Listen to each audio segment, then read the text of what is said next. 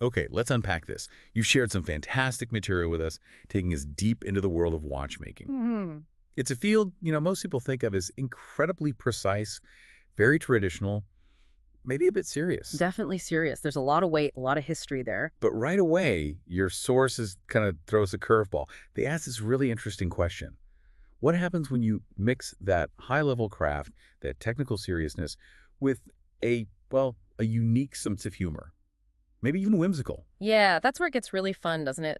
The source material you've got highlights how brands, how creators find room for personality in this like super structured world. Uh-huh. And it points us towards a perfect example of this mix. Absolutely. We're zeroing in on the collaboration between Louis Erard and the independent master watchmaker Konstantin Chaykin, specifically their latest creation, the Regulator Time Eater III. Right. So this deep dive is basically your guide through what the material lays out. We'll look at the backstory of this team up, the really unique design that makes the time meter tick. Literally tick. Yeah, literally. And the technical side, plus this sort of clever commercial strategy that the sources mention. I'm really excited for this one. Yeah. Seeing creativity push boundaries in a field like watchmaking, so rooted in tradition, it's always compelling. It really is. And the sources suggest Louis Erard, especially under Manuel Enck, has really made this kind of collaboration part of their identity. They absolutely have. The material describes Louis Erard as a brand that's not afraid to inject, humor and different artistic views into their serious watchmaking. Right. Manuel Emck is sort of framed as actively looking for these collaborations, bringing in names like Elaine Silberstein, who's known for those bold, playful designs. Mm-hmm.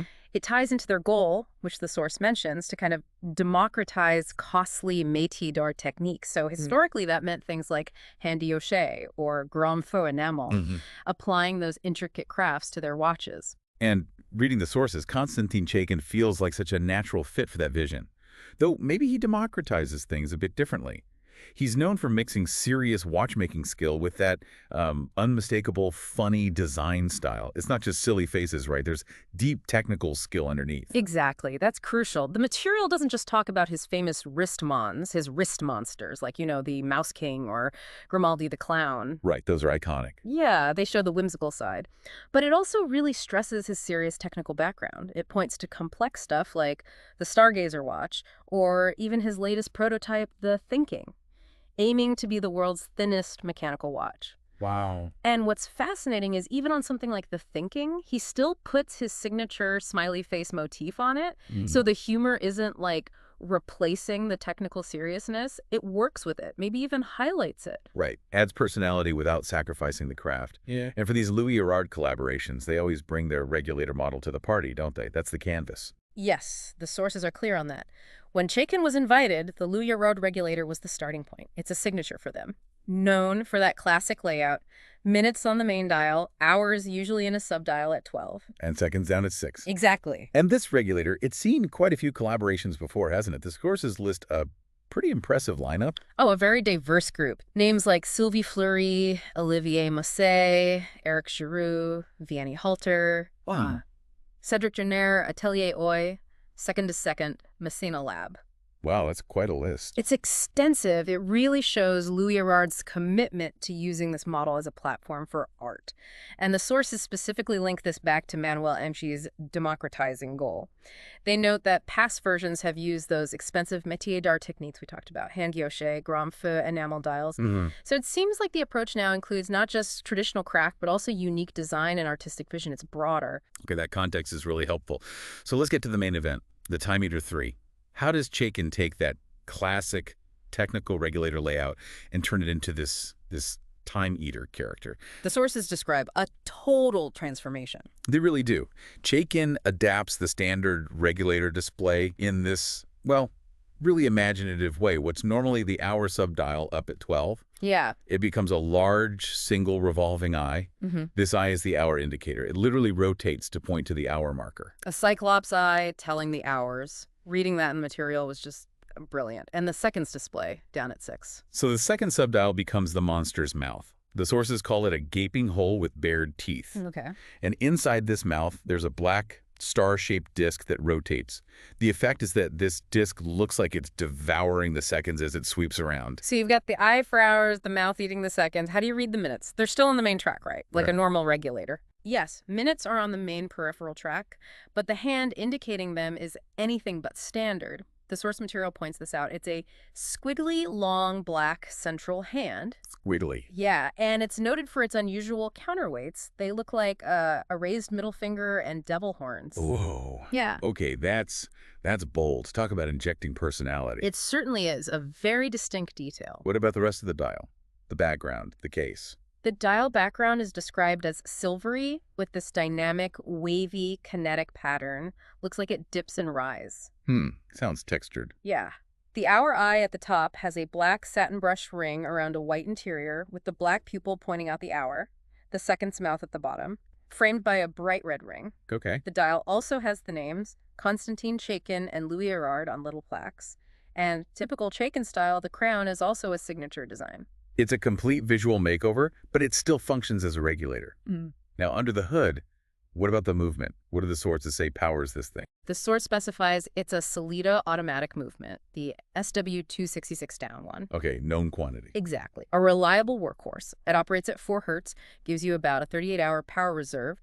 You can see it through the transparent case back, and the sources mention it has a customized Louis Erard rotor. So, proven mechanics driving this really wild display. Got it. And you mentioned a commercial twist earlier. This is where the sources talk about how these watches are actually sold, right? Because there isn't just one Time Eater 3. Correct. That's the interesting part. The Time Eater 3 comes in 2 slightly different versions.